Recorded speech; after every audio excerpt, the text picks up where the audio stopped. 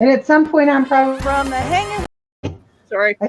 I said at some point I'm probably going to jump out. So just so you know, okay. No worries. From the Hanging with Web Show TV's bargain basement studio in Winnipeg, Manitoba, Canada, it's Pillow Talk with Willow Schuyler. Will you take me to Winnipeg? I will someday. Toronto, Montreal, Quebec, Winnipeg. Now what's this guy doing up here in Manitoba? He was holding the map up. Every salvage mission that's been through this system has disappeared. Even those old pirates out at Winnipeg Drift say it's cursed. Cursed. Winnipeg's got a great ballet. Have a good time, I swear to God. Sweet guinea pig of Winnipeg! They've taken over our company! Balderdash! I never agreed to that! I should have stayed in Winnipeg, you know? I had a nice gallery, 3 paintings in the wall. Are you kidding? And you look back. Born home, Quebec. Drafted out of the juniors in the 5th round to the Toronto Maple Leafs. Played for a year with the Leafs, then traded to the Winnipeg Jets, then to Calgary, then to Boston. Wow. So Winnipeg must get pretty cold up there. That's it! Back to Winnipeg!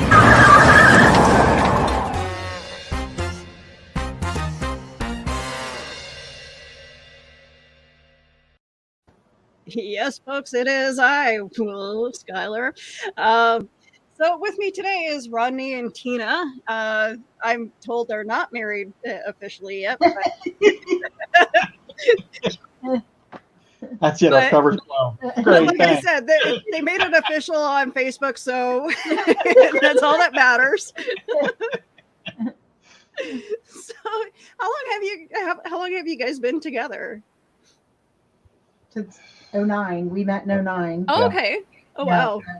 Yeah, we were friends for a long time, but I mean, it's pretty much been the same since we met each other. Yeah. So, yeah. See, that's just it. It's like, yeah, when you know someone for a long time and then you guys do decide to date, it's like, yeah, want to date? Sure. It's like you kind of make. And then we were like, let's just date. Yeah. It's like we get along. Yeah. It was more like the conversation was, you know, this is I'm your girlfriend. Like you keep saying I'm not your girlfriend, but like this is what a girlfriend is. Like you do realize this, right? Do we need to get the dictionary out? Like, and I was like, exactly. Okay. I love it when your friends point it out to you. You guys are always hanging out together. Are you guys dating? No. Yeah. I don't know what you're talking about. And there's the like, you guys might as well get married. You guys fight like a married couple already. It's like, oh. I think that's why everybody thinks we're married. And then when you actually do get married, it's like all the comments are like, well, it's about time. It's like, we were already married. We're just going to throw a party for everybody. No, that just means we'll last longer than you.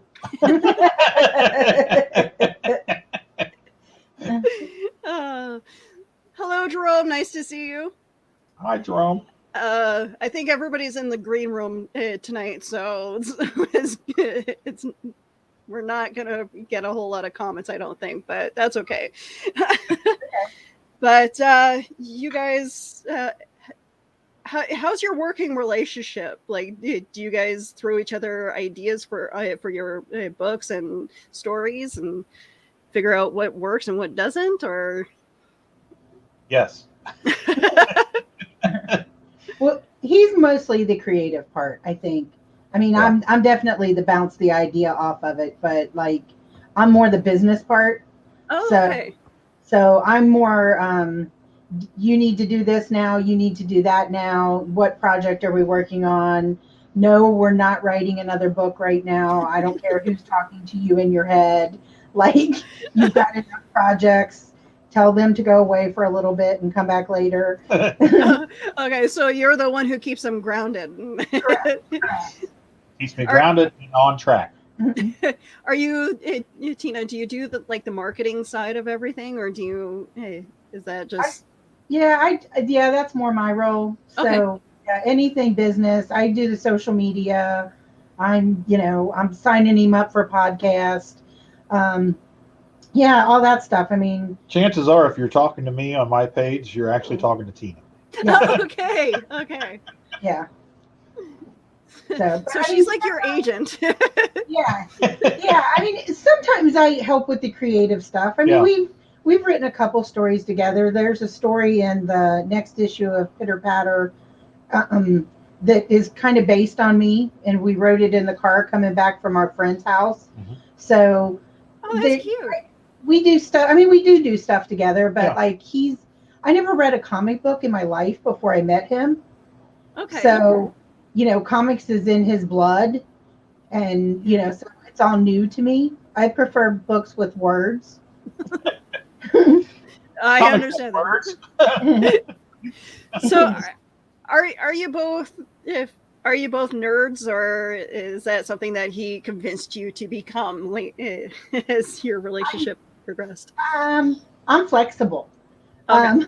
Yeah, I mean, I do. There are things I enjoy, but there's a lot of stuff that I'm like, you can go see that movie with your friend, or you need somebody to talk to about that book.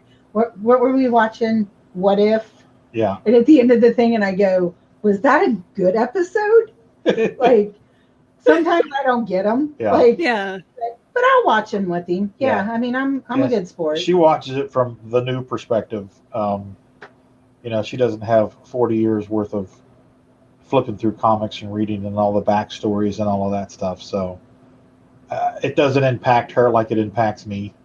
Which is good because it offers me the mass effect of the stuff on people, because that's a lot of that's the people that we meet at shows, because they have been brought to the shows by the mass stuff that's done for the masses, not stuff that's done for the hardcore people, because they've already got the hardcore people, so they don't need to cater to us.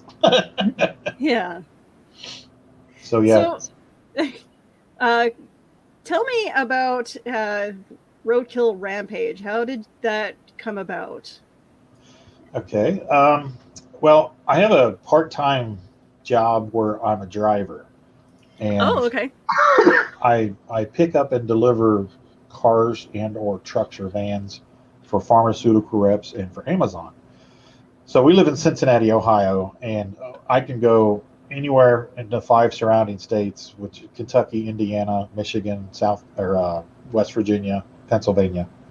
On Wednesday, I usually drive probably one day a week, and I drove up to Boardman, Ohio, which is 283 miles away. So one summer, I was up in Columbus, Ohio, which is about 100 miles away, and entrenched in construction traffic and doing about 3 miles an hour. And I looked on the side of the highway, and there was this little baby raccoon laying there. And he was dead, but he had no outer trauma on his body, so he looked like he was just laying there sleeping. Oh. He was so cute, and his fur was just blowing in the wind. And I looked at him, and I just thought to myself, where was he going? Who's waiting on him? Who's missing him? And my mind just started going nuts. So I picked up my phone, and I turned on the auto record, and I just started talking into the phone. And I had the genesis of the story. And I got home that night after work, and I wrote it all down in my notebook. Fast forward 2.5 years, we find an artist to work on it, and I fleshed out the story, and we started working on it, and got issue 1 done. Oh, wow. So that's where it comes from. Okay. Poor little raccoon. Oh. Yeah. What's up, Ryan? Apparently I forgot to mention to Ryan that I was doing a show tonight, so I'm sorry. I did try to. I told everybody on Brian K. Morris's show this morning. I thought that was how you get information out. Hey, sometimes life just happens. Yeah. Yeah. Ryan is asking what your favorite scary movie is. For me, it's Halloween. the original John Carpenter Halloween. Okay. Honestly, that's my favorite too. Yeah.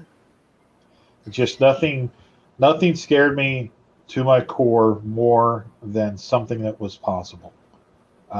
With Friday the 13th and Freddy Krueger and things like that, it was all, superheroes without capes, kind of supervillain. Yeah.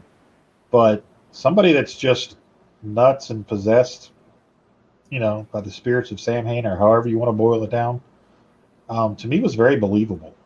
And I spent 7 years in Evansville, Indiana. So it was kind of almost across the river from Haddonfield, Illinois. So I was really happy when we moved back to Cincinnati because it was 300 miles further away from Michael Myers. Well, see, when you live in a small town like that, you definitely see like the similarities between your town and Haddonfield, and like even my neighborhood here too. Like there are houses that could definitely pass for Haddonfield. And that is actually playing Dead by Daylight. I absolutely hate that stage is playing Haddonfield because it's like there's really nowhere to hide. Yeah, it is. And in my day job, when I'm driving, I go through a lot of those small towns, which just helps spark the imagination. So yeah, it helps fuel the fire. So yeah. And Nightmare, Nightmare on Elm Street, it did creep me out as a kid, but as I got older, it just like with each different movie, it just became more funny than scary. Yeah. And that was kind of the thing. We would go see the new Freddy or the new Jason, and people would be laughing when people were killed. Yeah. And when you went and saw Halloween, everybody was like, "Run, run! Don't go in there! Don't go in there!" Yep. It just affected people differently. So it was more bone chilling. Yeah. Apparently there's a remake of the Munsters coming up. What do you guys think of that? I can't wait for that. Yeah, I love the Munsters. Yeah, I am all over that. I'm always torn if I like the Munsters or the Addams Family better. That's a toughie too. Like I love the Addams Family, and I grew up watching it. Like my aunt recorded everything, and she had like episodes of both the Munsters and Addams Family recorded, and I loved them. But yeah, Addams Family for sure for like the kookiness and like the family atmosphere around it. But when it comes to vehicles, I will always love the Monster Coach and Dragula. Absolutely. Oh yeah. Right. It's funny. I actually wrote on one of my friends' pages about because there's a lot of guys that don't like horror movies. Yeah. And it's funny because there's a lot of females that love horror movies. And I'm like, it's okay. There's going to be a female that will hold you and tell you when all the bad parts are over. It's for a long time, I guess in my 20s, probably in my early 30s, I kind of gravitated away from them, but for the only reason that I was busy doing superhero comic books. So I didn't, and it was the highlight, the apex of the Image days, and all of that stuff. So horror comics or horror movies just kind of took a back seat because I was just doing too much other stuff. Yeah. But I mean, I love them. I always jump back into them, and I've got a list of movies that I have to watch. And it's funny. I love zombie movies, and I actually came across one with the first edition of it was taken from I Am Legend. What is it? The Last Man on Earth. Last Man on Earth, yeah. And you know what? As a fan of zombie films, I was laughing, but I'm just like, I know like back in like the 50s and 60s when that movie came out, I'm sure that scared the crap out of people. Oh yeah. Right. Oh yeah. But I'm just like, even that way when I go back as a man and I watch the original Halloween, I'm like, God, this is so kooky. But as a 7 or 8 year old, 10-year-old kid, it left its mark. yeah. And so there's movies that I refer back to every so often, and I'll be like, hey, this was actually good for its time. But there's some really bad movies out there that I love. I love watching really bad movies. Attack of the Killer Tomatoes is one of them. Oh wow! I haven't seen that in forever. I think I saw it when it first came out, and I haven't seen it since. Something that I've never seen? Which one? I'm going to admit this live on the air. I've never seen The Exorcist. Oh, interesting. Yeah. Probably because it scared the hell out of me just hearing people talk about it. Yeah. So I don't know, but I mean, as an adult, I've just never gotten around to seeing it. But it's like I said, it's one of the movies on my to watch list. Yeah. I'm pretty sure like I watched it as a kid, but I think it's because of all the references that it's like. Yeah. I seem to remember all like the popular bits of it. I'm not, but yeah, recalling, did I actually watch it, or what is it? Just the amount of pop culture references behind it that make me feel like I watched it. I've actually seen the doll, the Holly. How they've got the Hollywood props and stuff that tour all over. Yeah. When I was in college, that was here at the Natural History Museum in Cincinnati, and I saw the actual doll where the head spins around when she spits out the pea soup. Oh, that's cool. Yeah, so I got to see that actual doll, and so that was pretty cool. Right next to C-3PO and Yoda. I think taking my husband on something like that, I would have a hard time pulling him away from the Star Wars stuff for sure. So what pulled you into the like whatever fandom you're into? Like what is it that what made you become a nerd? Well, okay. Let me answer that question with a question. I like sports too, so does that? You know what? I'm a huge sports fan too.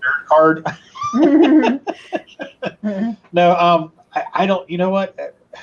As long as I can remember, Batman and Robin and the Super Friends, we're always Spider-Man and the Fantastic Four.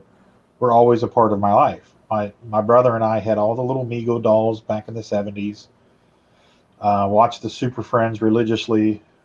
Anything superhero we could get our hands on. Your Friendly Neighborhood Spider-Man, the old 70s cartoon. And just loved it. Loved it. Mm-hmm. And we went to, when I was probably 6 years old, we went to the grocery store and there was a spinner rack. And I picked up a copy of JLA. Because it had everybody on the cover. And I read it. My teacher actually took it from me in school. I was in the 2nd grade, so I was 7 years old. And I had the 7-year-old mind plotting and scheming on how to get that book back from his teacher. It was just hilarious. And then probably a couple of months later, I stumbled across a copy of Avengers. Okay. 153, 163. And that was it. I mean, as if Batman and Robin hadn't done it enough, the Avengers. The Marvel universe for me was, first of all, the fact that it was Earth-based and everything happened in New York City, or Winnipeg, or whatever. I really liked the fact that Marvel's universe was on Earth. And I was too young to realize what it was about DC that I didn't like, but it was that, where is Gotham? Where is Metropolis? Where is Star City? You know, stuff like that. And that always kind of, I don't know. But anyway, the Marvel characters really grafted me. So that's what that, and then Star Wars. Oh my God. We have this joke. I want to do a peanut pudding and jelly, which is our all ages book that we do. I want to do a story chronicling them going and seeing Star Wars in 1977. Oh, that'd be neat. I say that it's pre-Star or like BC and AD. I want to say BSW and ASW because everything changed after Star Wars. Because it was so impactful. Yeah. Because there was nothing remotely like it, and the effects, and flying through space and all of these different worlds, and it was just magical. And the Force, and the way that the Force and the Old Republic and the Jedi Knights from an older time and all that was presented was very majestic and powerful to me. And that was a big influence on me creating, the stuff that I created in high school. Yeah. And I mean, like even today, like Star Wars, there's nothing out there like Star Wars that captures a person's imagination as much as it does. Yeah. All I can say about that is God bless Jon Favreau. Yes. And we'll leave that right there. And speaking of Star Wars fans, hey, John, I think he's talking about you, though, guys. But my husband Joe, he's a huge Star Wars fan. You can't take him to the Lego store because we're gonna end up walking out with something. That's one thing I've been able to really kind of edit myself from, simply because I just can't afford them. But man, I love Lego Star Wars, but they're too expensive, so that helps a lot. I'll go get the new trade of Batman that Jimenez just drew. I'll take that instead. Well, it's funny because like I was a huge comic book fan back in the 90s, and I've kind of slowed down on my comic buying. I need to get back into it. But when Joe and I first started dating, and I told him, look, I'm a comic book fan. If you tell me to get rid of my comic books, you're out the door. He goes, no, I'm a Star Wars fan. If you tell me to get rid of my Star Wars stuff, it's like, perfect. We're going to get along just fine then. Like, you can put your peanut butter in my chocolate. You can put your chocolate in my peanut butter. But yeah, what sold me with Joe, though, it's like he drove all the way from, I lived like 45 minutes away from where he lived. He drove all the way to my house to drop me off comic cards. And he's like, it was like a set that he had collected. And he goes, here, you can have this. And it was a huge binder full. I'm just like, and he goes, happy birthday. I'm just like, you could have gave this to me on like at school the next day, but like, what? That's pretty cool. But yeah, there's just like, we fell in love over comic cards.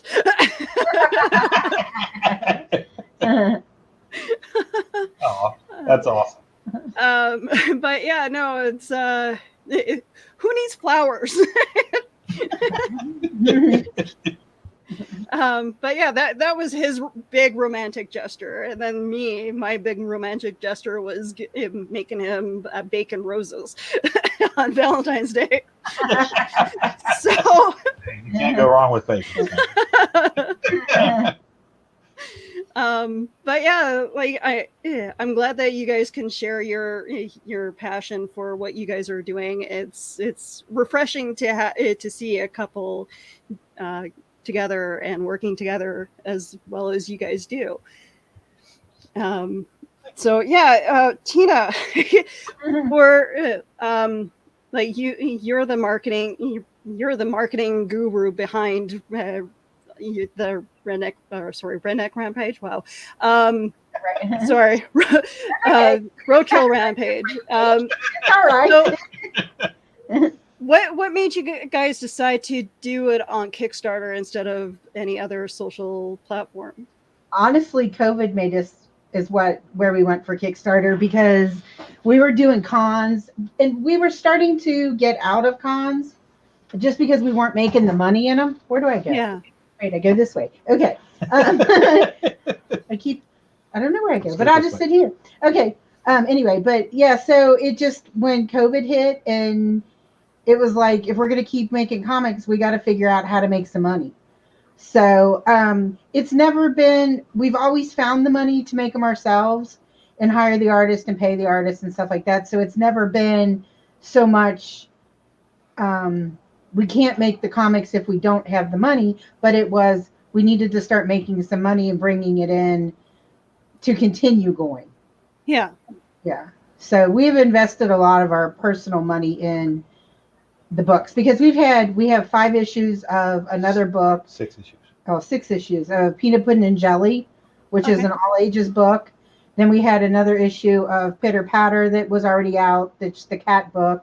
We have another book, Unchained. Oh, bless you. Bless you. Sorry. Okay. We have another book, Unchained, that we had already done. So we were at Roadkill Rampage, and we were ready to go out with issue 1 of Roadkill Rampage. It was done. It was ready to go to the printers, and then COVID came, and it was like, now what do we do? Like, and somebody was like, you should do a Kickstarter. And it was like, I don't want to do a Kickstarter. That looks like a lot of work. So, yeah. But we have some great friends that helped us with it. And, yeah, I mean, they just told us what they did, and here we are. So we're on starting number 3. Okay. Because we just did one for Pitter Patter number 2. Yeah. So. Now we're doing a new one for issue 2 of Roadkill Rampage. So yeah, go ahead. I'm sorry. And sorry, I apologize. I'm trying to find. Are you guys live on Kickstarter now, or is no, not yet. We launch next Wednesday, the 20th. Okay. Yeah, we're not live yet. And hopefully I catch the show. Are you guys going to go live on? Yeah, Wednesday at 3 Eastern. We're going to we'll do a live show when we launch. So, excellent. Yeah. Excellent. Yeah. I'll try to tune in for that, and maybe throw some money away to you guys. Well, Russell's gonna do our big cover reveal for our special cover tomorrow night on the show. On Blastcast at 10 o'clock on his channels. We're probably going to show some pictures later. He's made a video. I don't know if he's playing the video tonight or tomorrow. I think the video is tomorrow night because it's got the reveal. It's got the reveal on it. Yeah. So Russell is so excited. He has been all day long sending me stuff going, I made this video. I made this song. Look at this poster I made for you. So it's hilarious because I don't want to say he's more excited than we are, but he's like a kid. And it's like, I'm at work doing my day job, but it's like, I'm in there hysterically laughing. And I said to him, the people here are going to think I've lost my mind. But I mean, that's great. Like when you have friends who are willing to help you guys out with this, that is awesome. And, you know, I feel bad because I'm trying to help you guys. I'm trying to help everybody out as much as possible, but it seems like there's a new Kickstarter out almost every week. Yeah. I'm just like, I do not have that much money. Well, you know what we always say is if you don't have money, we understand money's kind of thin right now. Share. Right. Yeah. What you're doing right now. Yeah. Exactly. Just have us on and let us talk about it for a half hour or whatever. And absolutely. That's invaluable. Yeah. That's why I like doing these shows. It's like, hey, come on my show to promote yourself. Absolutely. But I'm so glad that you guys are doing this. Like I'm so proud of you guys for doing this, and I've been wanting to like talk to you guys about your creative stuff and for a while, and like every time you guys post, I'm like, so. I'm a huge fan of everybody who does like creative stuff, and so I'm more than happy to help you guys, promote. Awesome. Thank you so much. Thank you. So feel free to post on my page whenever you guys have something new coming out, and you guys are welcome to join me on the show, and with Cryptid Crunch as well. Like we'll definitely be in talks with that, because I'm curious what your favorite cryptid is. Cool. So, what is your favorite cryptid? So many. Well, see, and I don't know that much about them, but mine is Mothman, because that's the one I hear the most about, and it's fairly regional to us. And I just think that's kind of interesting. And the reason that I think it's interesting is because I have this fascination with bridges that fall down. Don't ask me what that's about. Oh, interesting. I wasn't aware that there was a lot of bridges that fell down.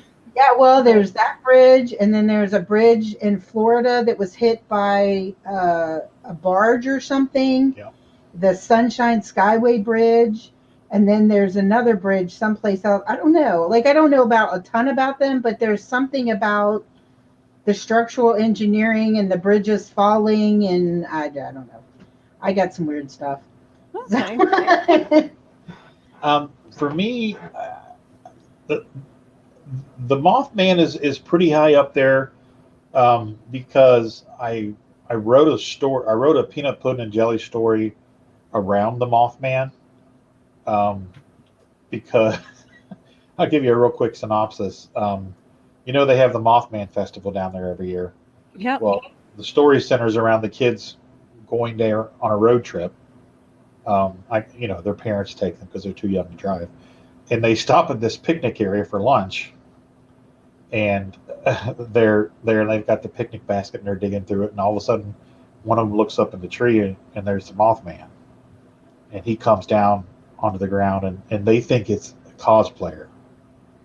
So they're crawling all over him, wanting to know what is this? Is this foam? Is this? They're looking for zippers and fasteners and stuff, because they're kids, so they're innocent, and they're not thinking that it's the real thing, And it's just, I don't know that it would be a whole issue, but it would probably be maybe a 12-page story. That's just. And I like the fact that the military is kind of sprinkled in there. It was a military. They theorize that it comes from the military base, part of genetic splicing experiments, what have you. And that you mentioned military and genetic manipulation, and I'm in the front row. So, yeah, I don't know. I mean, there's so many cryptids. Yeah. Do you believe in the paranormal at all? I've experienced the paranormal, so yes. Oh. I've seen and felt ghosts. Let's see. My brother passed away in 2016, and we got home from the funeral. I was standing in my bedroom, and his bedroom was right next to mine. And I was standing there, and he came right up to me, and he didn't say anything, but it's almost like I could read his mind. He said, "Everything's going to be okay. I'm fine." And I talked to him, and I said, "Oh, okay, Jason. Okay. Well, all right. I'll see you later. Bye-bye." And then it went away. And it was, I bet my life on the fact that if I would have turned around, he would have been standing there, because I could smell him. I could feel him. And then when I was in high school, this girl that we hung out with, her house was on an old peach farm, peach plantation. And so the house that they lived in was actually the house that the farmer and his family lived in. So the whole house was, the whole family was there. But they weren't malicious. They were very just they were there. Yeah. There was a little redheaded kid that would run up and down the street at the end of the school day. And he would be carrying this satchel of books.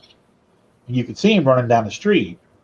And Leslie, my friend, she would laugh about it because she grew up with it. And the first time we were experiencing it, she'd be like, no, go around to the corner of the house. And when he gets to the one end, run out to the middle of the road and meet him. Ask him what his name is. So we did it. We saw him coming, and we run out to the end of the driveway, and he's not there. Mm-hmm.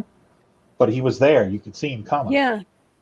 And we would be watching the TV at night, and she had these Dixie cups that were on the counter in her kitchen. And all of a sudden you'd hear plink, plink, plink, plink, plink, plink, plink, plink, plink, plink. And she would start giggling. We were like, what the hell is that? She's like, they don't like the Dixie cups stacked on the kitchen. They want them up in the cabinet. And we would go in there, and you just see the Dixie cups flying off the counter. Oh my God. Yeah, and just I've got probably 3 or 4 other stories just from that alone. I told you he's crazy, right? No. Hey. I cannot say that he's crazy because this is stuff that I'm interested in too. And like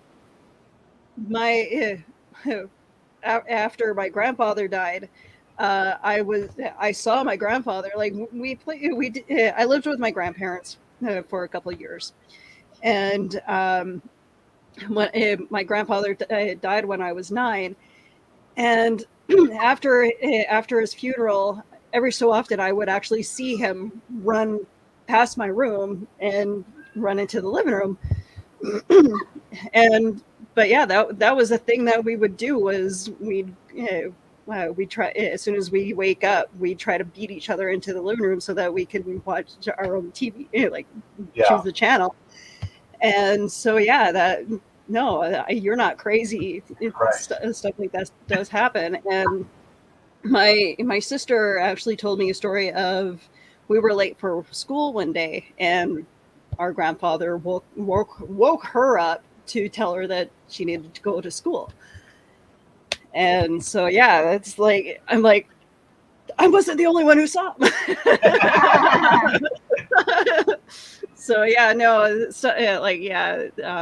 Seeing ghosts is definitely something that it's normal for me. And my cats are singing. I apologize if you guys can hear that, but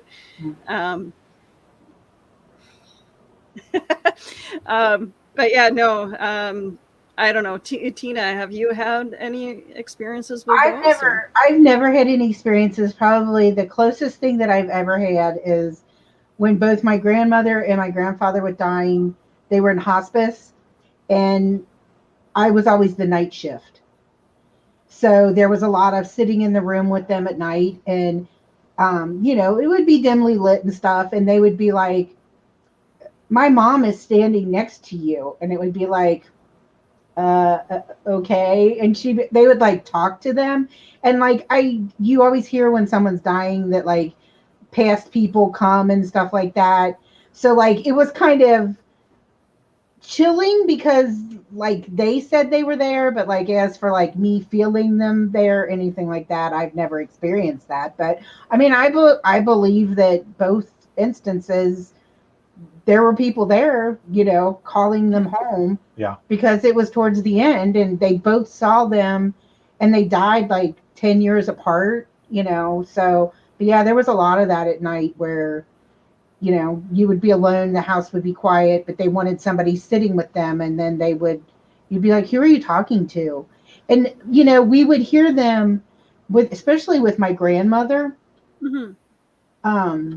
Because we live with my mom. I had moved back in with my mom to help take care of my grandmother. And we would have baby monitors.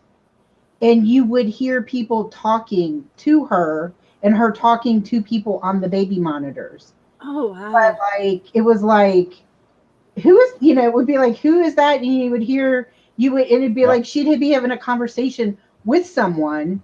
And sometimes you would hear noises and stuff, and it would like sound, I never really heard them like what they were saying, but who's in there visiting grandma? Yeah. And it was like you would go in there, nobody would be with her, and it'd be like, okay, that's kind of weird, but nobody's ever talked to me or touched me or anything like that. But I believe, but I've never had it actually happen to me. So. Well, what makes it funny is every so often I'll pass by a house and it's like I'll get like the creepy vibe from it, and it's like, yeah, there's definitely something there. And then there's a place here that claims that they're haunted, and I've been inside it several times, and like I don't have there's like no creepy vibe whatsoever to it. It's just because it's an old place and everybody's like, oh, it's a haunted place. It's like, no, it's not. Just because it's old doesn't mean that it's haunted. Right. You know? Yeah. So, but I'm like, I did the research. Nobody died in that house. So, yeah, no. Just it's funny because I definitely have like that sixth sense where, you know, I can tell when I can tell even once in a while from people who even feel it's like there's something weird about that person. Yeah, I think I have that to a certain degree because I call it a sixth sense or your gut or whatever. Yeah, the intuition. Intuition, yeah. I've been in places and around people that, you know, I know are no good, or I know that you know, there's something happened here, you know, and I want to get out of here as quick as I can. And no attachments. Don't follow me. You know, I always, you know, make sure I say that in my mind if I don't say it out loud. And actually, last week when I was driving, we were in the middle of Indiana, and there was a reformatory, and it was a big, huge building. We passed it on the way to drop the car off, and on the way back, we stopped. And it was a 2-lane highway, so we pulled off to the lot across the highway, and I took pictures. And we noticed there was a guy in the park. It was a gravel driveway. There were 3 cars over there, and he was on a cell phone. He was walking back and forth talking on his cell phone. So my coworker was like, well, let's go over and talk to him, see if he knows anything. So we walked over there, and we drove over there, and we talked to him, and he was a paranormal investigator. He'd come up from Tennessee. It was a Tennessee Wraith Hunters and his crew, and then so there were 2 crews from Tennessee, and then there was a crew from Maryland. They were all there, and the other 2 groups were in the house sleeping. And he said, I don't sleep when I do these things. He said, so I've been up for like 70 hours straight. But he stood there and he told us the whole history of the place. It was built in 1838, and it was a house for wayward travelers and stuff, and it eventually became a house for the infirmed and stuff like that. And so many people have died in the house, in the building, and all of this crazy stuff. So I took all these pictures, and I'm like, okay, when we get home, I'm going to look on my phone at all these pictures and see if I can see anything. And I took probably 15 or 16 pictures, and I looked over those photos with a fine-tooth comb, and all the reflections in the windows, and nothing. So I was like, okay. And I really didn't feel anything when I was there. Yeah. So I was like, okay, that's fine. But it was an interesting, encounter. But he won't go on haunted tours with me. No. Not that place. Well, no. We have a Waverly Hills Sanatorium, which you can go at Halloween. They open it up, and you can do haunted tours and stuff like that at night. Well, there have been ghosts and stuff documented in that place, so I don't like. I'm like Conan the Barbarian. I think paranormal. I don't play with that stuff. No, I hear you. I know my sister and I had a Ouija board, and I refuse to touch one now because of the weird experience from it. And I'm just like, no, thank you. So yeah, there's certain things that I like, and it's funny how they market Ouija boards for kids, and it's like, it's okay, you can play with this, and it's just like, that is the stupidest thing to market towards kids. I don't understand. That always blew me away. Like, you could go to, Toys R Us, or here locally it was Children's Palace, and you could pick up a Ouija board for $6. I'm like, really? How do they get the demons in the Ouija board from Hasbro? I don't know. I don't know how it works, but I know it works. Twice. That's enough for me. Yeah, exactly. And I mean, after my bad experience with it, I remember my sister brought it into our room, and I picked it up, and she put it on my bed. And we shared a room, and we had bunk beds. She put the damn thing on my bed, and next thing you know, you see it flying across the room out into the den, because I'm just like, no, it's not happening. Yeah, it's just no. Not gonna do it. Nope. But yeah, it's that there's certain things that like we have a place here that they do. I helped out at called the Vaughn Street Jail, and they do tours there as well. But like even walking up to the place, there's like that real creepy vibe from it, and you can feel like the sadness and like it. Yeah, it's overpowering. Yeah, yeah, because there's a place here locally. It's called the Loveland Castle, and it's supposed to be haunted. And we've gone, and I've known the place for 35 years. It's not haunted. Yeah. But they say that, so they it helps add to the lore of the place. Yeah. But it's I've been there several times, and there's no feelings, no nothing for me. Now gullible people can talk themselves into anything. Yeah. I like to think I'm not gullible. So and I know the people that own the place, or I've known them through my mom. So I know it's all fabricated. So. Oh yeah. Like there's certain things that I'm very skeptical about, and it's just like, okay, if this exists, why is it there like loads of proof on it?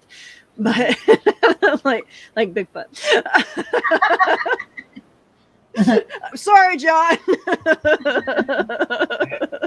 He went through that portal, man. He ain't leaving no footprints behind. Come and go. All the proof that is just like people in suits. Or I feel like it's like a guy in a ghillie suit that is just caught on camera. Oh, Nicole, man, tell me about it later. I definitely want to see that movie. Oh yeah, speaking of that.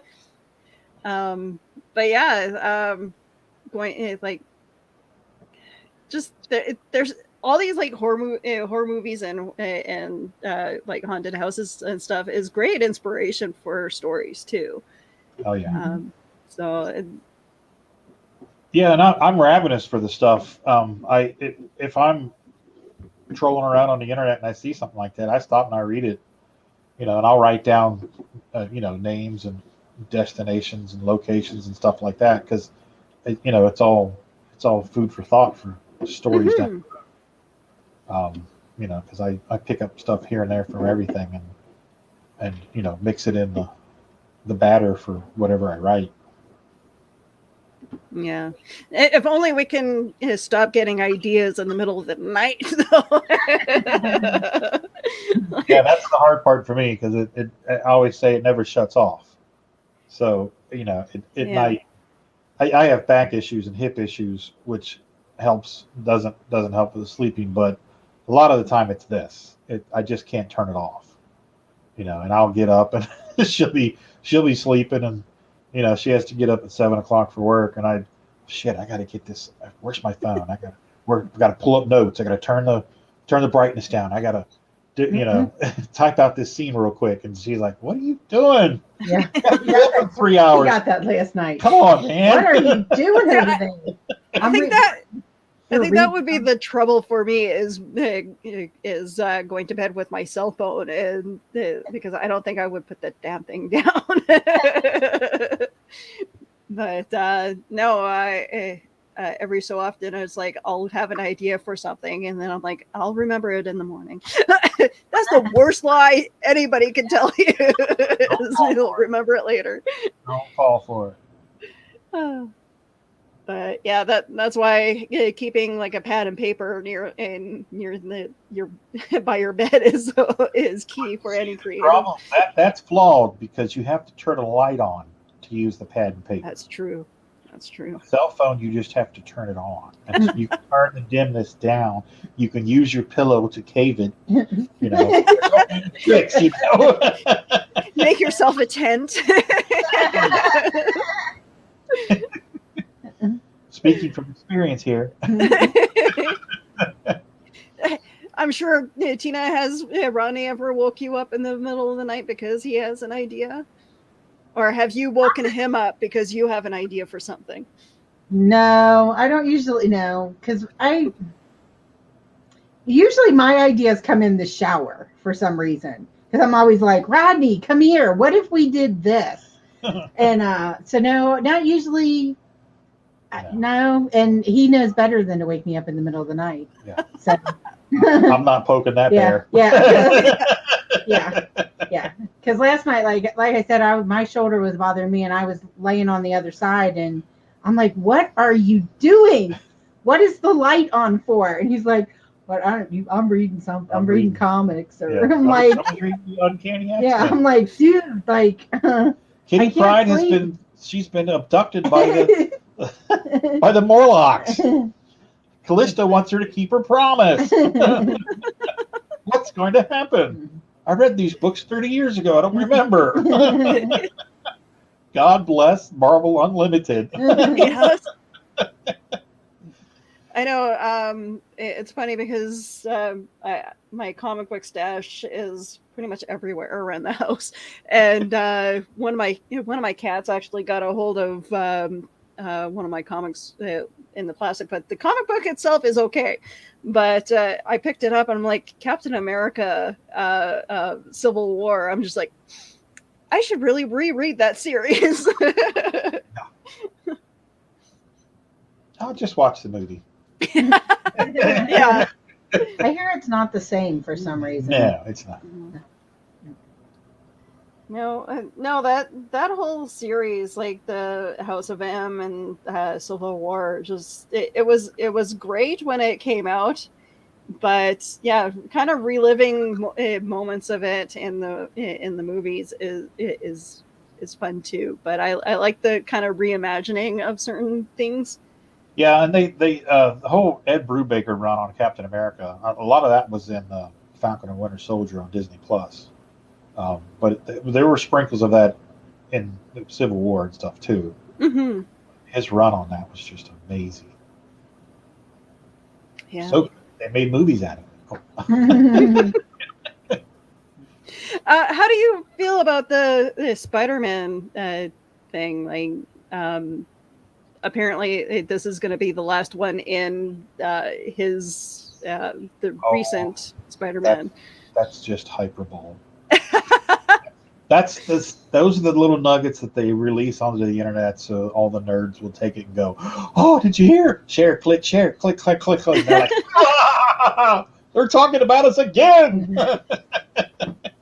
I kind of hope that they continue with the current actor. I don't want to see them redo another 3 Spider-Man. I don't think he's going anywhere. I think it's exactly what I just said. I think it's the beginning of the hype for the Spider-Man movie next year. Yeah. Because it's probably a nod to the fact that Garfield and Maguire are probably going to show up in it because of the whole microverse thing. So yeah, they're just playing with it. See, that's just it. Like, I loved Andrew Garfield as Spider-Man, but a lot of people are like, "No, he's." I don't know what people's issue was with him. I thought he was great. Yeah, it's the same thing. It's like, okay, I defend Ben Affleck as Daredevil. A lot of people hated that movie, but I'm just like, watch the director's cut. I mean, I didn't hate it. I didn't love it, but it was like, but that's why I always struggle with, am I a nerd? Because when I go to these movies, I have no expectations. I don't expect Wolverine to be in yellow and blue tights. Mm-hmm. I don't expect, it's a movie. They can't duplicate what was in a book. They just can't. Yeah. And most people they get can't pretty close though. Yeah, they can get close. But taking liberties and freedoms with stories and stuff. I like the girl that plays Captain Marvel. I'm not a fan. I just thought it was terrible casting. And nothing against her personally. I just didn't like the casting. But you know what? That's Captain Marvel. Okay, well, hop on board. Let's go. Okay. It's not going to. I'm not going to spend hours and hours on the internet crying about it. It is what it is. Move on. Next. Yeah, exactly. There's too much creamy goodness that's awesome to fixate on the few things that I don't like. Well, yeah, that's just it. Like I try not to have too high of expectations. I know with the new Ghostbusters movie that's going to be coming out in November, I'm just like super hyped about it.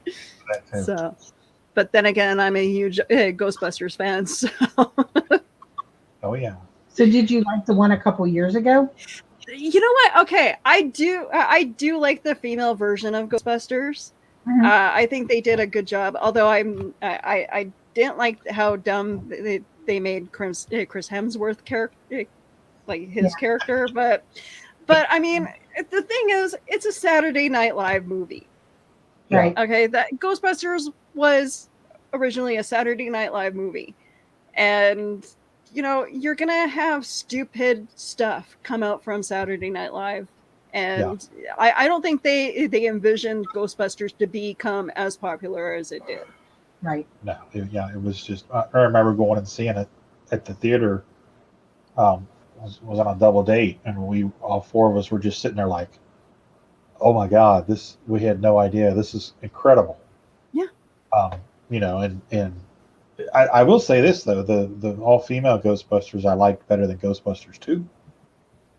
They marketed it wrong. That's the issue with the female Ghostbusters is they marketed it towards like they tried to do give it like the feminist touch, yes, but like it just something happened where it's like people viewed it as like it just became a sexist joke.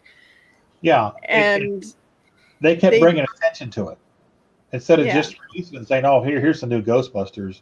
It's here's the all-female cast here. They kept beating that drum, which separates people that have issues with it. Instead of just saying, "Here's the new Ghostbusters, let's go have fun." Instead of calling it like they were calling it the reboot, and it's like, no, it's not a reboot. It should have just been like a passing of the torch, right, to the next group. Mm-hmm. I think that would have been better.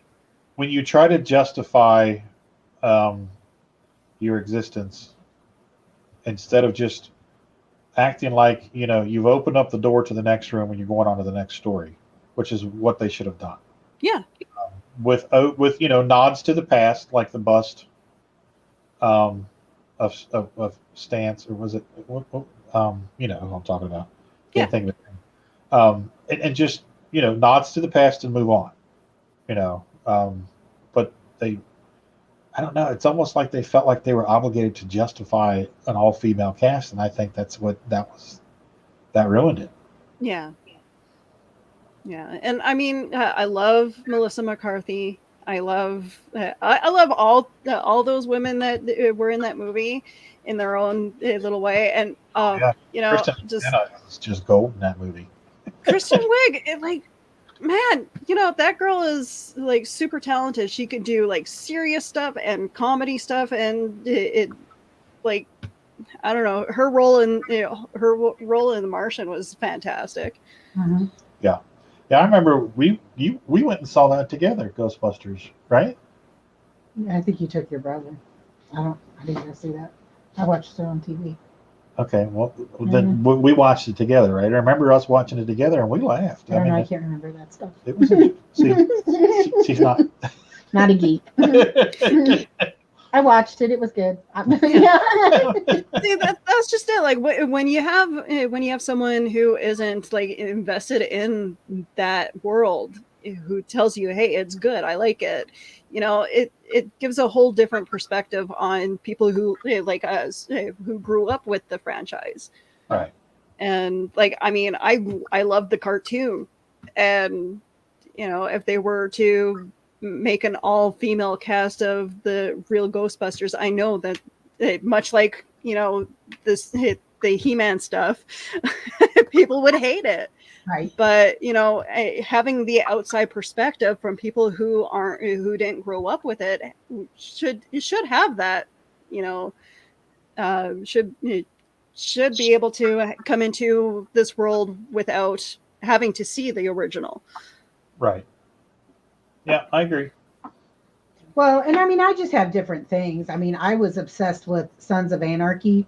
I have a thing with gang members and motorcycles, like bikers. I don't know why. And he's just like, no, like we're not getting involved in that. Like I see him at the store or whatever. I want to go talk to him. I have questions. No, get in the car.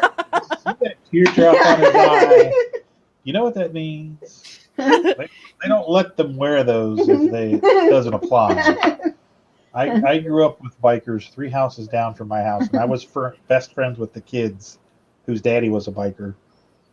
My aunt ran with bikers the whole time she was growing up, so I am very familiar with what goes on with bikers. Yeah. Yeah, I mean, I enjoy a movie. It's kind of odd because he'll go to a movie and he'll be like, well, I didn't like this and I didn't like that. And I was like, well, I thought it was pretty good. Kind of like when people complain about X-Men. And I'm like, I don't understand. I thought it was pretty good, but I don't have anything to compare it to. Right. So, yeah, I mean, I enjoy the movies. We just finished watching Titans. I enjoy watching the shows with him and stuff like that. Yeah. And sometimes I'm even like, when I'm at work, I can listen to stuff on my phone while I'm working. And I'm like, man, I really want to know what's going to happen in the next one. Like, I should watch it without him. Like, because we get busy and we usually watch an episode before we go to bed and stuff. Yeah. So, I mean, I do enjoy it, but I just don't get the geek level that he does. So, it's funny. Joe and I went to see Ready Player One, and we were told to shut up by people who were like, we're trying to enjoy the movie. I'm just like, you guys have no idea what you guys, what this movie was made for us nerds to geek out with. Like you literally have to see that movie multiple times just to pick out the little stuff that's in it. Right. But like the race scene, we're just like, Christine, Batmobile, like this is like all the geeky cars. Yeah, and that's the thing about movies like that is people need to realize that there are 2 groups of people going and seeing that movie. There are, Joey Bag of Donuts and his family, the masses, and then there are people like us. You know, it's ingrained in our blood, and we're having a completely different experience than they are. Right. Oh yeah. So, yeah. It's like we just turned to them and like, no, you guys can shut up. we're enjoying the movie. You don't appreciate it like we do. You just don't know. But it was just like almost every scene is like we're picking out something that is from our childhood. And it was just a great experience to feel. I mean, I haven't read the books yet, but I'm just like, let's do another movie like that. Total fanfare. That's basically what the movie is like everything for the fans. And I think that's what Star Wars became is, just something for people to geek out over. Yeah. Yeah. Not a fan of the last trilogy. I'm part of that group. But it is what it is. I'm not going to cry over it. The younger generation loves it because that's their Star Wars. Yeah. They grew up on Clone Wars and Rebels, and stuff like that. And they have the same experience with those movies and that trilogy that I had with the original release, and you can't fault them for that. That's how they were introduced to it. Yeah. I mean, like, I liked Rogue One, but of course, I get very emotional when it comes to movies like that. And it's like, you got me interested in these characters just to, blow them up. And I'm just like, well, okay. Now, okay, now I gotta look. Okay. Sorry. Spoiler. You know what happens in Star Wars, right? So you kind of had to know what was going to happen to those people that went on that mission. I know, and that's what frustrates me is like I fell in love with all those characters, and I'm just like, yeah, well, they shouldn't have done that to us. And Andorra or Cassian's series is coming out next year, so. Oh, okay. Yeah, on Disney Plus. So we'll get we're gonna have to get Disney Plus. Oh my God, yeah, the Book of Boba Fett comes out December 29th. Yeah. Then Obi-Wan Kenobi next year, and then Cassian. It's not called Cassian; it's called Andorra, and then Ahsoka. Oh Ahsoka, wow! Yeah, so they're going crazy. See, and that I think what he said is what's true because. I like the newer stuff of Star Wars better than I do the older stuff because that was where I was introduced. I mean, I had seen the original Star Wars and stuff, but never experienced it like in the movie theater because I was an art geek, but I wasn't a nerd. So like we just didn't go see those things. I didn't see them in the movie theater. I saw them on just terrestrial TV with commercials and things like that. So I was never endeared to those characters, and I really enjoy the newer stuff. Yeah. So, but I don't know. Well, I know. Okay, so I saw episode 1. And one of my friends had it on DVD or VHS. Sorry, and it's funny because I remember when. The first time I was supposed to watch it, we were doing the 30-hour famine at my school, and I fell asleep. So I went over to one of my friend's place, and he goes, "It's okay, I have the movie. We'll watch it there." And I fell asleep. So I don't think it was until about a year later or something that I finally got a chance to watch it all, and then I saw episode 2 and 3 in the theater with my husband. Well, then dating, and I remember tearing up when Yoda started fighting, and Joe just turns to me and goes, "Are you crying?" I'm like, "Yes."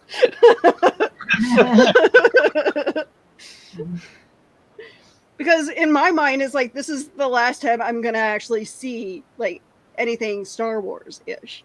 Yeah.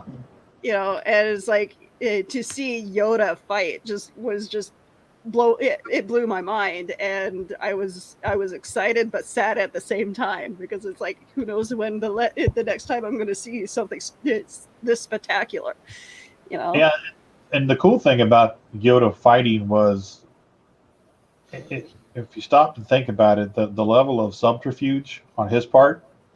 He walks around all aching and decrepit with a cane, giving the illusion he's defenseless, and then he whips out that little lightsaber and just opens up that can of whoop ass. Like, oh, go little man! Yeah.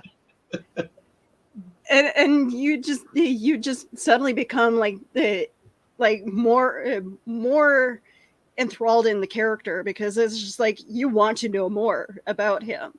Right, and when he did that.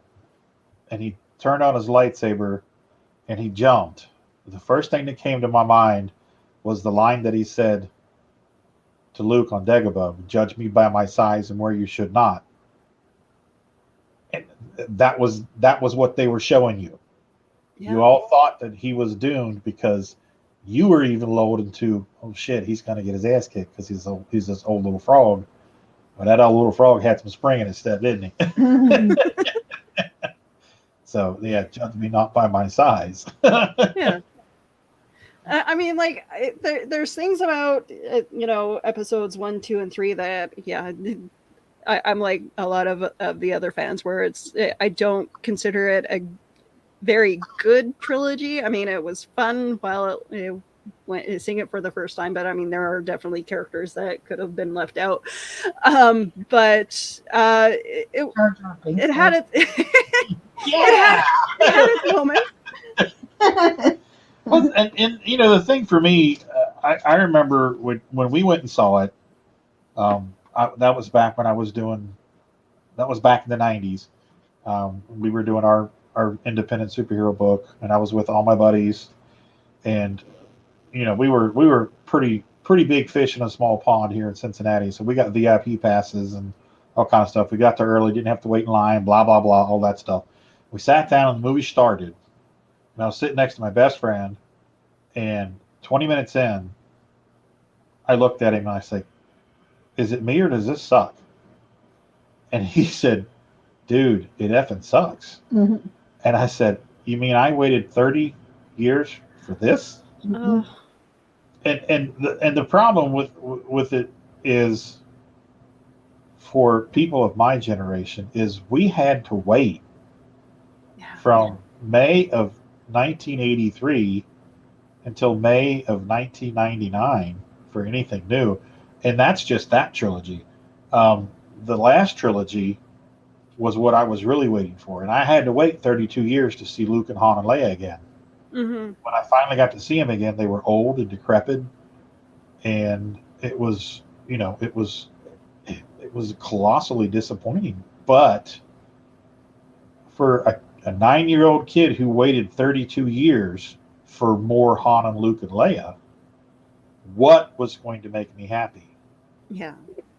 Because I had built it up in my head so much, despite the extended universe and all the other stuff, what I had in my head of what the future for those three was going to be, and to be handed that pile of Matapudu. But like I said, it's the kids, the younger kids, that's their 1977. But it wasn't mine, and to each his own. But nothing was ever going to satisfy that 32-year wait. Yeah. And I mean, rightfully so. Like to have that wait just for like something like less than stellar happens. Yeah, I can understand the disappointment.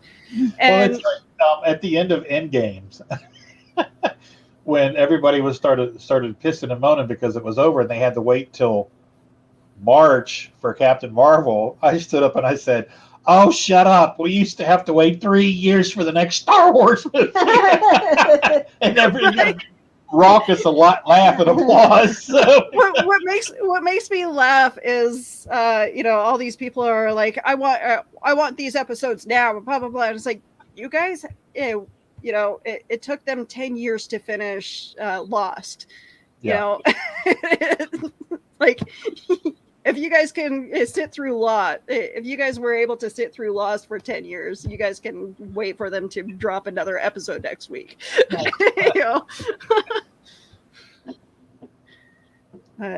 No, it's like I think in a way, like, we are definitely like the new generation is very spoiled with how often things get dropped for them.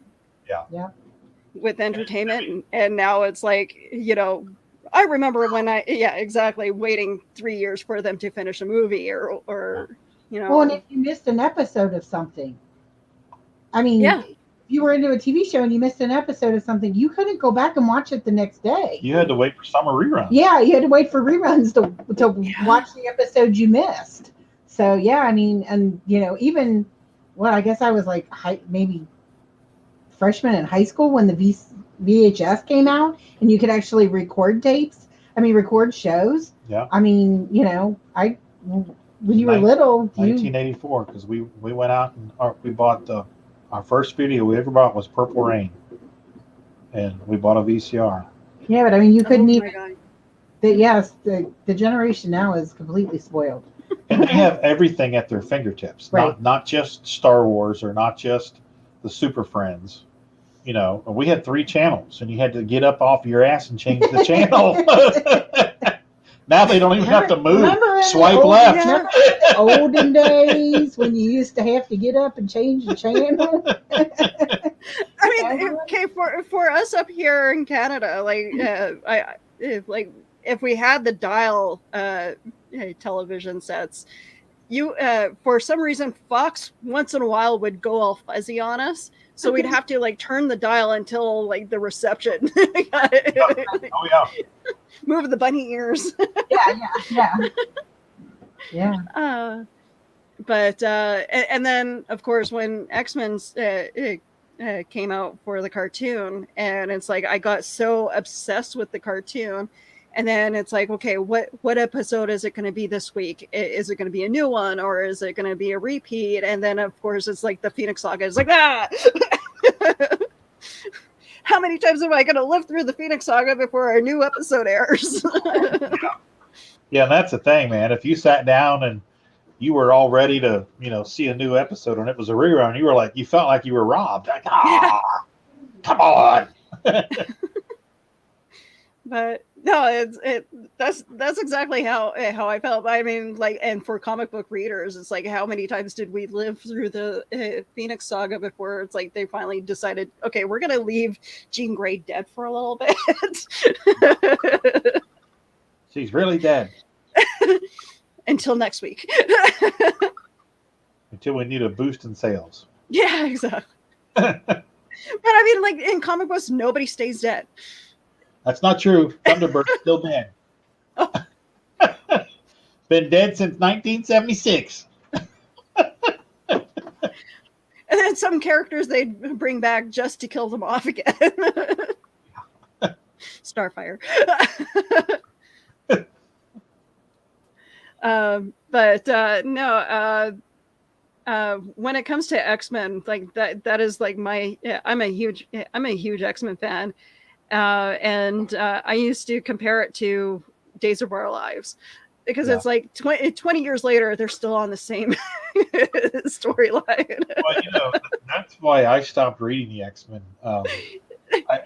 I jumped on the X-Men during the Claremont Byrne run, right at the tail end of it. And all the way through probably 2000. So, but it just got so convoluted, and there were so many characters, and the plot lines were never tied up. Too many dangling plot lines that were never addressed, that I stopped buying it. And I don't buy it. I still don't buy it today. And I think that's my issue too. Is too many characters, too many storylines, and it just became a soap opera. I have an unsolicited plug for Marvel Unlimited, but I've had Marvel Unlimited for about 4 years, and I love it because I went back and I read the entire Bendis run on Daredevil.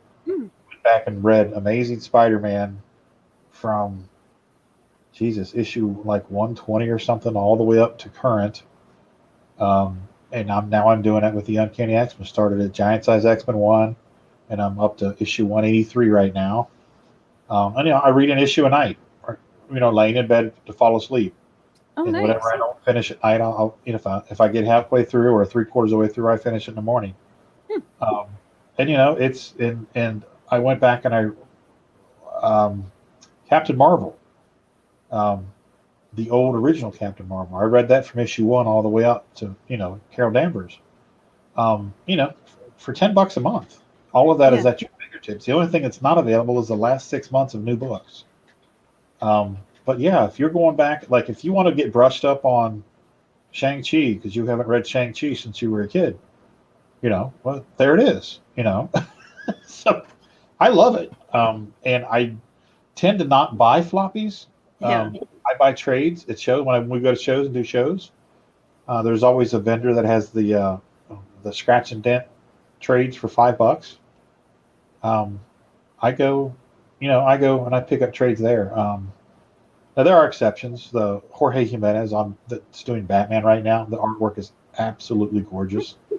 I wait for the trades and I go get the trades. I got the Sam and Twitch from Todd McFarlane's Spawn. I got the hardbacks, volumes 1 and 2 for my birthday this past year. Loved Sam and Twitch back in the 90s. I think I loved Sam and Twitch more than I love Spawn. So I've got both of the hardbacks. I've been going through those and just admiring the artwork, and then, spend 2 weeks admiring the artwork, and then I go back and I start reading it. Yeah. But yeah, I can't recommend Marvel Unlimited enough, or whatever DC's version of it is. It's a lot cheaper than plunking down $5 a book. Yeah, exactly. And who inspired you to get into the comic books, into writing and drawing? Oh man,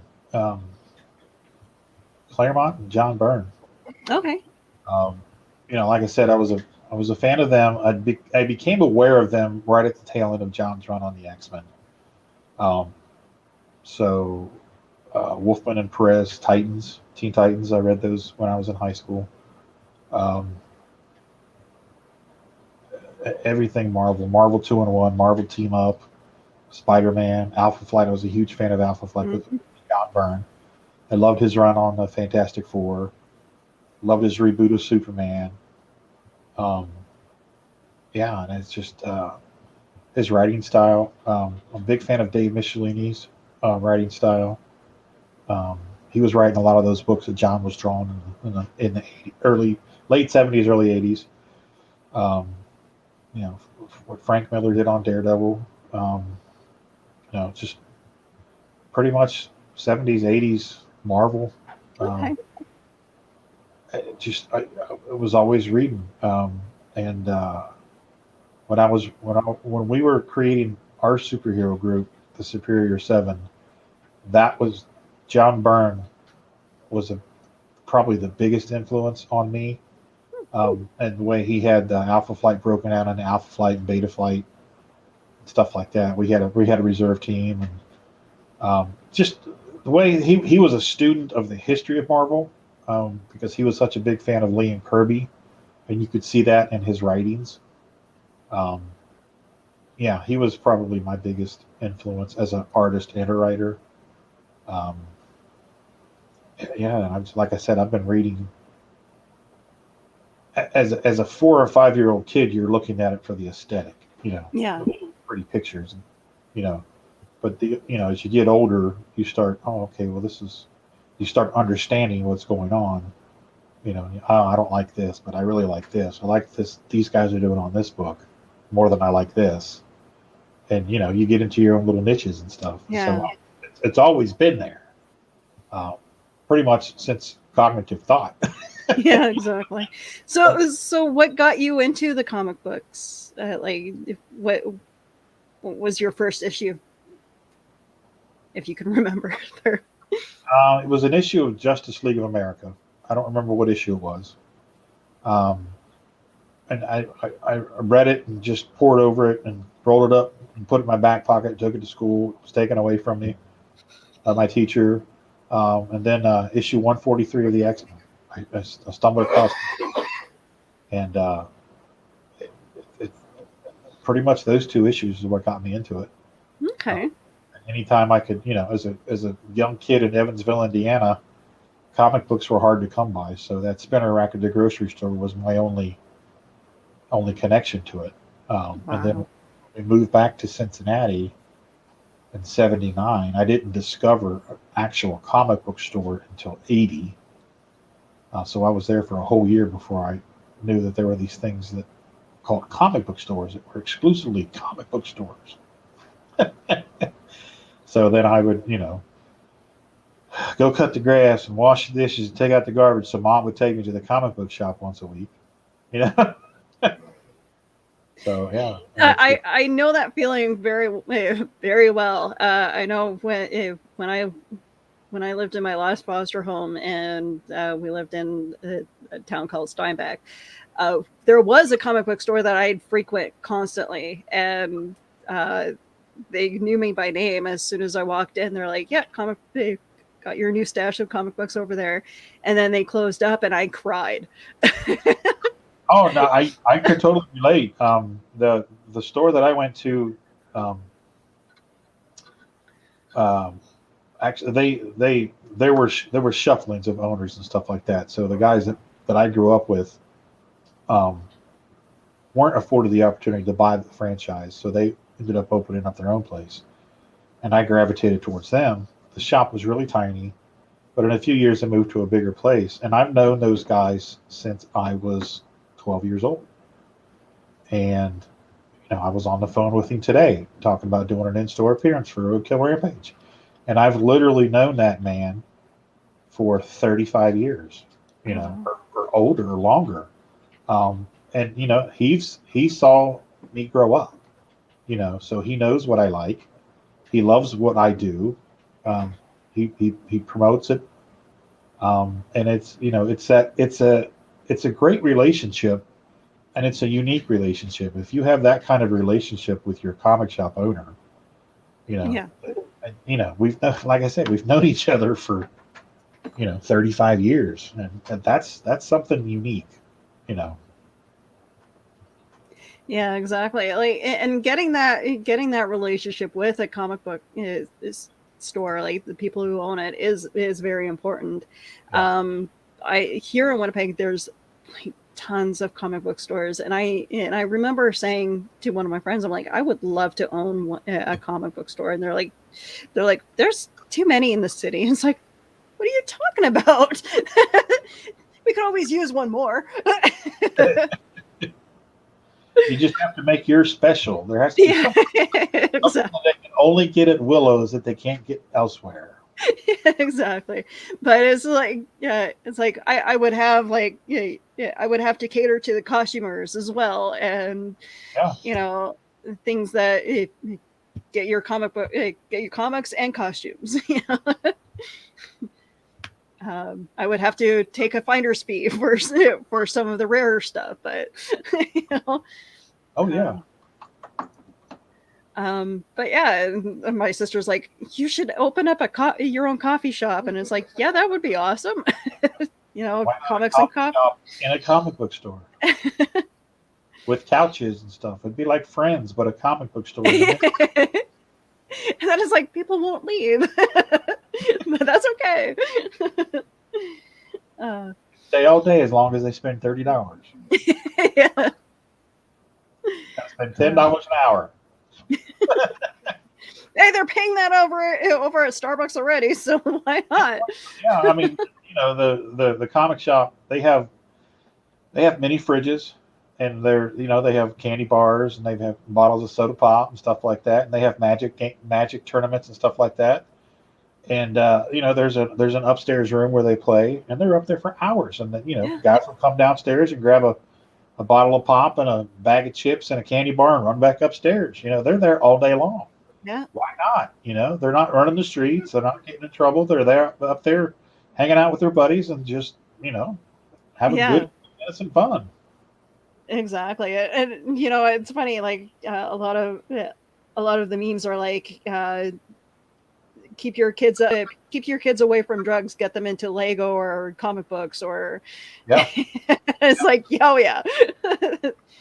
that definitely is us in a nutshell. My mom used to always say that she never had to worry about me because I was always so quiet. And she said I knew exactly where I'd find you in the corner somewhere with a pad of paper, either writing or drawing. So yeah, and it was true. I know, it's funny. Trying to show your family, have they always been supportive of your art and your creativity? Oh yeah, absolutely. I remember drawing a picture of a woman turning into Venom, and I showed it to my foster mom. She goes, "What is wrong with you?" I'm like, a lot of things. But let's not get into that. Art runs in my family. I never knew my father, but there's a portrait of Jesus hanging in the high school that he went to, and he painted that. So he was an artist. And then my mom, she won a bunch of national awards when she was a sophomore in high school. So she's an artist. And my great uncle invented the pop top for the soda pop cans. Oh. He invented the engines for the DC-10s airplanes, and he invented the Tupperware. You can get the butter, the little 2 bowls of butter. He designed those butter bowls. So he was an engineer and he was a designer. And then his brother was an engineer as well. Worked for General Electric, GE, which is here in Cincinnati. Works on the jet engines and stuff for the military. So it runs in my family. Oh, that is awesome. Yeah. So I get it honest. Yeah. So you grew up around all that, and well, not really, because we weren't around them. But my mom was always doing artsy stuff. She always painted little maquettes and stuff. And my stepdad was a construction worker, and she would paint his name and stuff on his helmet, and then he would go to work and guys would see it and they would give him their helmets for her to paint on their, so she always had a side hustle going on that had something to do with artwork.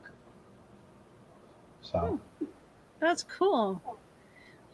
Like I fell in love with art, and in my brain I'm just like, when I was a kid I remember stating, my foster mom was like, what do you want to be when you grow up? I'm like, I want to be an artist and work for Marvel. And she goes, why don't you think of something more realistic? And it's like, that is realistic. Especially now. Yeah, exactly. Now it is an actual thing. And, I kind of kick myself for not keeping up with it. But, Yeah, I had this conversation the other night on another podcast that it's a diminishable skill. If you don't use it, you lose it. Because when we were doing back in the 90s, I did everything but draw. I wrote, I lettered, I was a background inker, I was a talent coordinator. This was back in the day of cut and paste before computers. I did it all except for draw, because I left that up to the better artists, that their artwork was more marketable. And I didn't draw on a consistent enough basis for about 15 years. So I lost it, and I had to relearn a lot of stuff. And, 10 years later, 11 years later, I'm doing pretty good. I'm doing okay. And what's your favorite medium to work with when you're doing your art? Pencil and ink. Okay. And then organically, I color with markers, Copic markers, and then digitally, it's Photoshop. Okay. Yeah. Awesome. Like the way you drew the car for, I love that. And I'm not the artist there. I'm okay. Yeah, the artist is Sean Langley. Okay. Yeah. I'll have to talk to him to draw something for me. I'm a classic. Me and my husband were classic car nuts, so it's. We have a 66 Dodge Coronet, so that we drive around during the summer. Very nice.